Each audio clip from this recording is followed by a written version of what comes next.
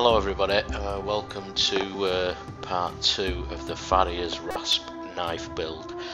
Well, to be honest really it's part 3. I encourage you to go back and watch my video entitled How Not to Forge Weld. That basically is me attempting to forge weld two Farrier's Rasps together in order to get the fish scale effect on both sides.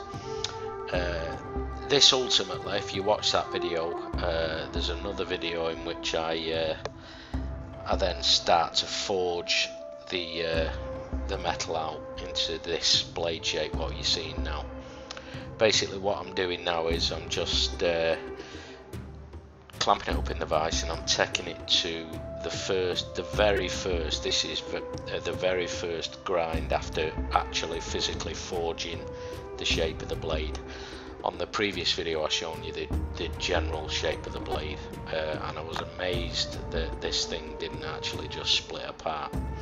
But anyway, here we go. I'm just going to grind the spine now, and I'm looking at them inclusions that I could, well, I've been able to see throughout really, but they just don't seem to be, although they're actually there, they don't seem to be structural within the blade, because I keep grinding and I still see the inclusion marks, the lines, like hairline cracks if you will, but I don't think they're damaging the structural integrity of this blade. Well, it's this forge weld job thus far, it's not really a blade until I harden it. So I flick it over here and I'm doing the other, this is the cutting edge that I'm doing, and that's just the tang area, just cleaning bits up there.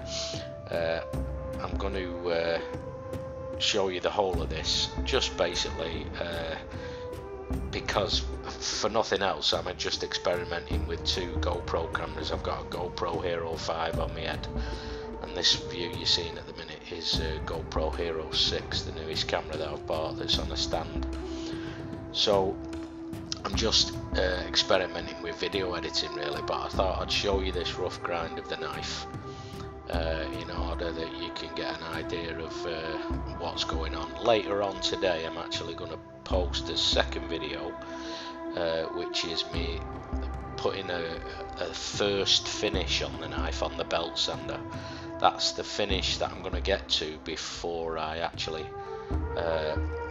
heat treat, i.e. harden this blade or this project and make it into a blade, because before steel's hardened, that's all it is, just a lump of steel. It's useless until you've heat treated the blade and toughened it into a knife basically, and then I've got to temper it back, which means basically putting higher temperatures slower into it, just to soften it up a little bit. It seems a bit counterintuitive, but you harden the blade and it becomes really quite hard, and the crystals form solid in the metal, but it's very brittle.